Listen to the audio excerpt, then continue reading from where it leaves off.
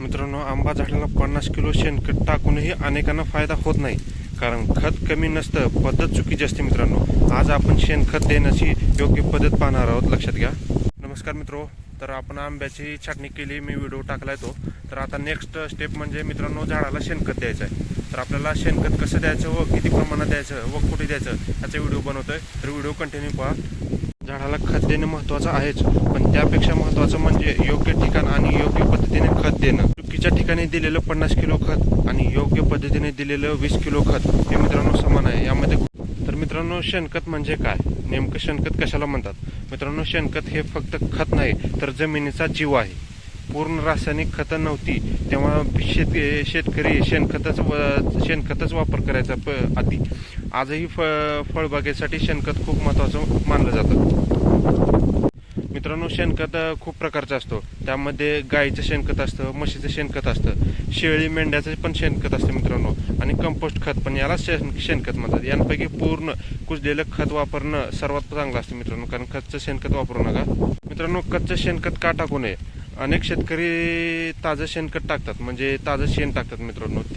ही चुकीची पद्धत आहे मित्रांनो. कच्च्या शेणातून उष्णता निर्माण होऊ शकते आणि किडे आणि रोगांचा धोका वाढू शकतो, म्हणून नेहमी कुजलेलं शेणखत वापरावं. आंबा झाडाला शेणखत कधी व किती द्यावं? शेणखत देण्यासाठी पावसाळ्यापूर्वीचा काळ उत्तम मानला जातो मित्रांनो, कारण पाऊस सुरू झाल्यानंतर शेणखतातले व खतातले अन्नद्रव्य हळूहळू मुळींना पोचतात मित्रांनो. तर मित्रांनो, मी तुम्हाला शेणखत कसं द्यायचं हे सांगतोय. रिंग बुंद्याजवळ का नाही? आता आपल्याला रिंग मारून खत द्यायचं मित्रांनो. झाडाला बुंद्याजवळ मुळं कमी असतात मित्रांनो, लक्षात घ्या. तर आपल्याला रिंग इथे जवळ आसपास हे बुंद्या झाड आहे, तर इथे जवळ घ्यायचं नाही मित्रांनो, थोडं लांब घ्यायचं आहे. अन्न शोषणारे सक्रिय मुळ्या बाहेरच्या बाजूला असतात मित्रांनो. अन्न जे शोषण करणाऱ्या मुळ्या असतात ते थोडं बाहेर असतात, म्हणून आपण झाडांभोवती गोल रिंग मारणार आहोत. ही पॉईंट खूप लोकांना माहीत नसते मित्रांनो.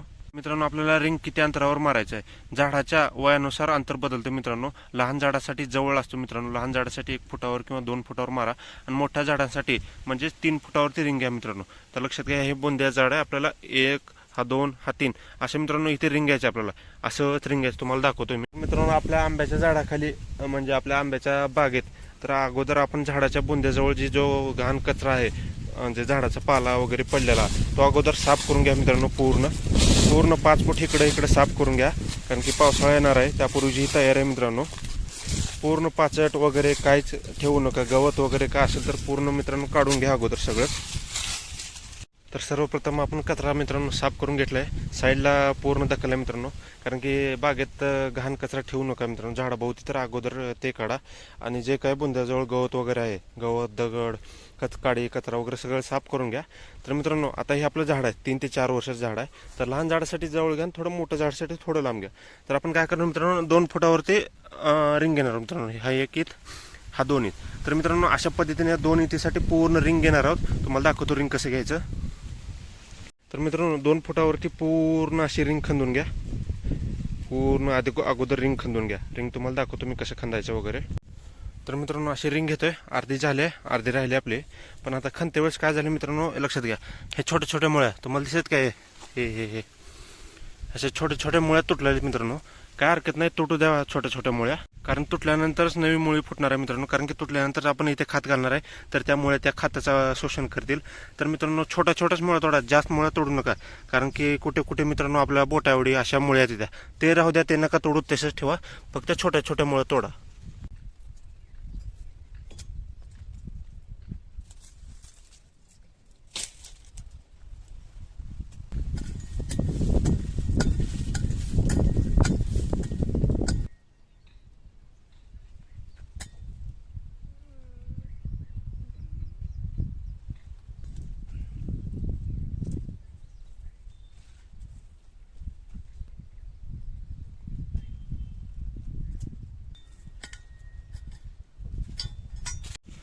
तर मित्रांनो, अशा साईजचा खड्डा घेतलाय मी. रुंदीला 3 ते 4 इंच आहे मित्रांनो खड्डा, आणि खोलीला बी 3 ते 4 इंचाचा खड्डा आहे मित्रांनो. तुम्ही लक्षात घ्या, अशा मुळे तोडल्यात मी बारक्या, छोट्या, जास्त मोठ्या नाही तोडायच्या, फक्त छोट्या तोडायच्या. तर मित्रांनो, शेणखत टाकण्यापूर्वी मी अगोदर खत टाकते थोडा. माझ्याकडे 24 आहे मित्रांनो. NPK मधला फक्त N आणि P आहे, पोटॅश नाही माझ्याकडे, फक्त 24. सध्या दोघांचीच गरज आहे, नायट्रोजन आणि फॉस्फरस दोघांचीच गरज आहे, पोटॅशची गरज नाही सध्या. त्यामुळे माझ्याकडे 24-24 आहे. तो सध्या मी झाडाला 200 ते 300 ग्राम प्रति झाड देतोय. बरं, त्यावरती आपण हे टाकून मग शेणखत टाकूया. तर असं जेवढं प्रमाण आहे मित्रांनो तेवढं असं गोल टाकून घ्या मित्रांनो. फक्त जिथे गार खांद्या तिथेच टाका वरती मित्रांनो, त्या वर जमिनीवरती नका टाकू, गारीत टाका. अशा पद्धतीनं अगोदर रासायनिक खत टाकून घ्या मित्रांनो. त्यानंतर आपण वरती शेणखत टाकूया. शेणखत पण याच पद्धतीने टाकायचं आहे. तर मित्रांनो 24-24 काय काम करतं माहिती आहे का? जे नायट्रोजन आहे, 24 म्हणजे फॉस्फरस आहे. तर मित्रांनो मुळाच्या वाढीसाठी व पानाच्या फुटव्यासाठी, चांगल्या फुटव्यासाठी, पाणी हिरवीगार राहण्यासाठी व 24-24 काम करतं मित्रांनो रासायनिक खत. तर आता आपण काय करणार होतो, हे शेणखत. तर आता आपण शेणखत टाकतो मित्रांनो. हे बघा आपण टोपल्यात आणलंय. तर आता हे साईडने गोल रिंगमध्ये टाकत आहे, तुम्ही लक्षात घ्या. आता हे टोपण भरून घेतलं आपण. याचा काय माप नाही मित्रांनो, या अंदाजे टाकतोय. या अंदाजे रिंग भरून टाकतोय मित्रांनो असं, लक्षात घ्या तुम्ही. याचं काय माप वगैरे घेण्याची गरज नाही. हे मित्रांनो कुजलेलं शेणखत आहे, तुम्ही पाहू शकता.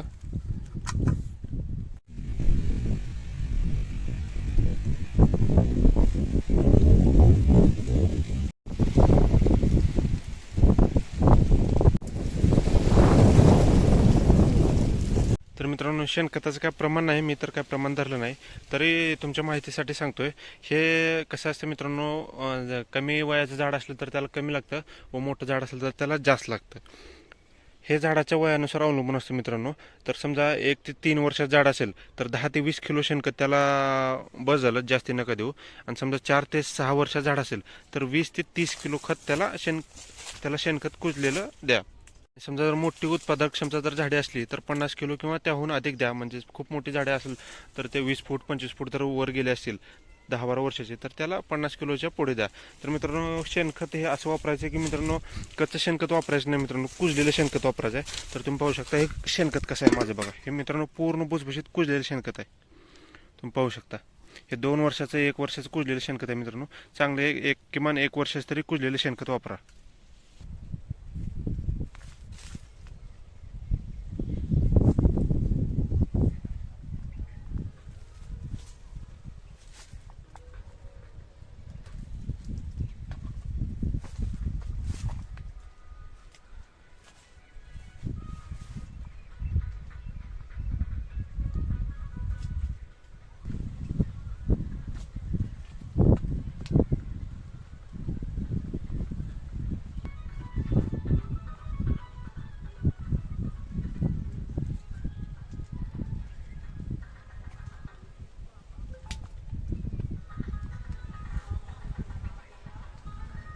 मित्रांनो शेणखताचे जमिनीवर होणारे परिणाम सांगतो तुम्हाला मी आता.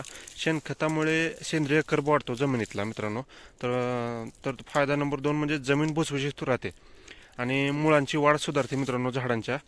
पाणी धारण क्षमता वाढते मित्रांनो, आपल्याला पाणी धारण क्षमता पण वाढते. सूक्ष्मजीवांची वाढ होऊ शकते मित्रांनो. काही ना प्रश्न पडला असेल की पाणी धारण क्षमता म्हणजे काय. शेणखत टाकल्याने जमिनीत ओलावा जास्त काळ टिकू शकतो, म्हणजे उन्हाळ्यात वगैरे पाणी द्यायची जास्त गरज बसत नाही. उन्हाळ्यात याचा मोठा फायदा होऊ शकतो. तर मित्रांनो रासायनिक खतापेक्षा फायदा, रासायनिक खत झाडाला लगेच अन्न देतं पण शेणखत जमिनीची ताकद वाढवतो मित्रांनो.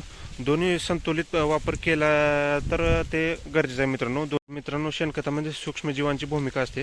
तर सूक्ष्मजीवांची भूमिका, जमिनीतील चांगले जीवाणू आणि सूक्ष्मजीव वाढण्यासाठी शेणखत खूप उपयोगी ठरतं मित्रांनो, लक्षात घ्या. शेणखत प्लस निमपेंड. तर आता मित्रांनो माझ्याकडे सध्या तर निमपेंड नाही आहे. तर काही शेतकरी जर निमपेंड असेल तर ते शेणखत व निमपेंड वापरू शकतं.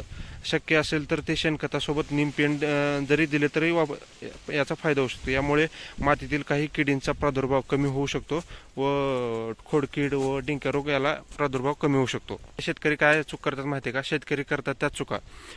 कच्चं शेणखत टाकतात मित्रांनो झाडाला, बुंद्याजवळ शेणखत टाकतात.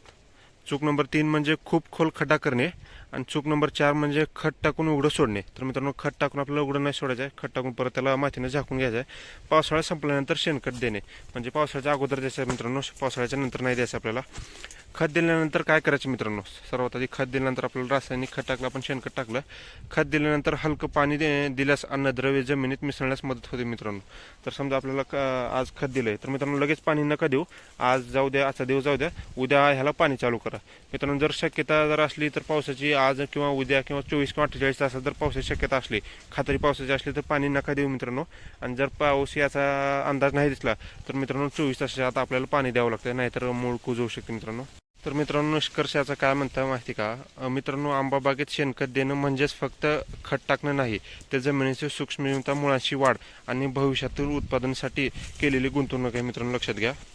ही गोष्ट लक्षात ठेवा, झाडाला खत देणं महत्त्वाचं, जेवढं महत्त्वाचं आहे त्यापेक्षा महत्त्वाचं म्हणजे योग्य ठिकाणी आणि योग्य पद्धतीने शेणखत देणं हे महत्त्वाचं आहे. चुकीच्या ठिकाणी दिलेलं 50 किलो खत आणि योग्य पद्धतीने दिलेलं 20 किलो खत यामध्ये खूप फरक आहे. तर मित्रांनो खत टाकून झालं सगळं आता. तर आता तुम्हाला मी प्रो टिप देणार आहे. तर विषय काय मित्रांनो, शेणखत टाकल्यानंतर काय करायचं मित्रांनो, आपल्याला लगेच शेणखत बुजवायचं नाही आहे. लक्षात घ्या मित्रांनो, लगेच शेणखत बुजवलं तर काय होऊ शकत नाही, परंतु काय होतं माहिती आहे का, शेणखत आपलं ओलं असतं, शेणखत आपलं गरम असतं. त्यामुळे काय करायचं मित्रांनो, शेणखत टाकल्यानंतर 2 ते 3 तास मित्रांनो असंच ठेवायचं मित्रांनो, लगेच बुजवायचं नाही आहे. आणि विषय काय मित्रांनो, 2 ते 3 तास झाल्यानंतर आपल्याला हे शेणखत काय करायचं आहे, असं सपाट करून घ्यायचं मित्रांनो. कुठे वर पडल्यानंतर वगैरे बुजू शकतं, असं एक लेवल करून घ्यायचं मित्रांनो, एक लेवल करून घ्या असं पूर्ण बुंद्याला. तर मित्रांनो शेणखत लेवल केल्यानंतर आपल्याला अशा हाताच्या किंवा खोऱ्याच्या साहाय्याने असं बुजवून घ्यायचं मित्रांनो. पूर्ण बुंद्याजवळ असं पूर्ण एवढं शेणखत आहे तेवढं टाकलेलं आपल्याला मातीनं बुजवून घ्यायचं मित्रांनो. कारण की बुजवून घ्यावंच लागतं मित्रांनो, कारण की पाऊस वगैरे पडल्यानंतर पाणी जास्त येतं, पाणी जास्त येऊन शेणखत वाहून जाण्याची भीती असते, उन्हात सूक्ष्मजीव उडू शकतात. त्यामुळे आपल्याला पूर्ण बोध झाकून घ्यायचं मित्रांनो, पूर्ण खड्डा वगैरे असं पूर्ण मातीने झाकून घ्यायचं शेणखताचा. हे बघा बुंदा, एक शेणखत हे पूर्ण असं झाकून घ्यायचं आहे. हाताने किंवा खोऱ्याच्या साहाय्याने पूर्ण झाकून घ्या मित्रांनो. तुम्हाला दाखवण्यासाठी झाकतोय असं हातानं, परत खोऱ्याने झाकणार आहे मी.